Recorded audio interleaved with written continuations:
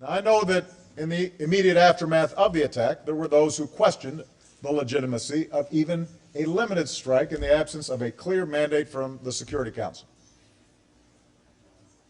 But without a credible military threat, the Security Council had demonstrated no inclination to act at all. However, as I've discussed with President Putin for over a year, most recently in St. Petersburg, my preference has always been a diplomatic resolution to this issue. And in the past several weeks, the United States, Russia, and our allies have reached an agreement to place Syria's chemical weapons under international control and then to destroy them.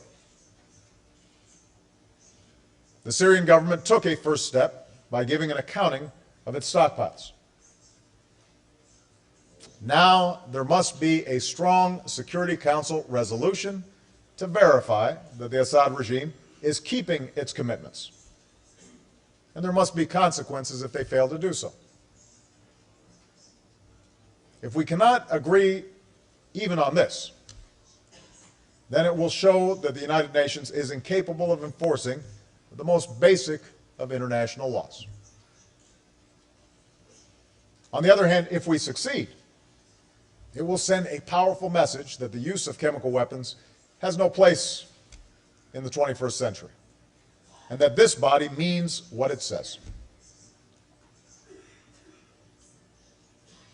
Now, agreement on chemical weapons should energize a larger diplomatic effort to reach a political settlement within Syria.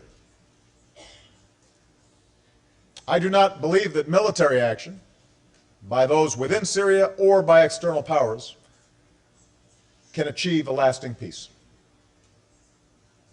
Nor do I believe that America or any nation should determine who will lead Syria. That is for the Syrian people to decide.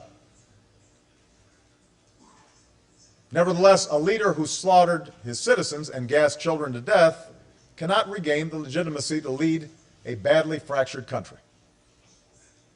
The notion that Syria can somehow return to a pre-war status quo is a fantasy.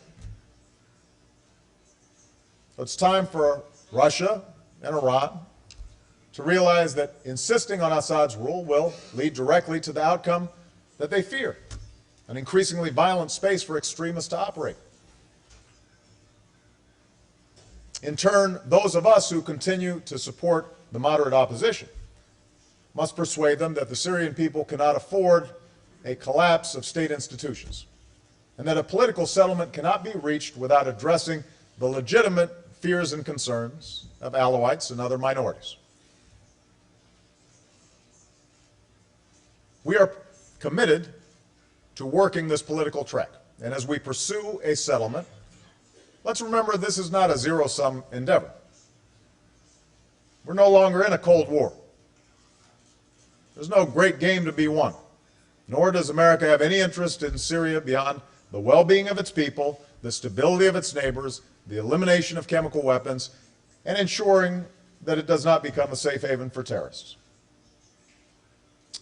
I welcome the influence of all nations that can help bring about a peaceful resolution of Syria's civil war.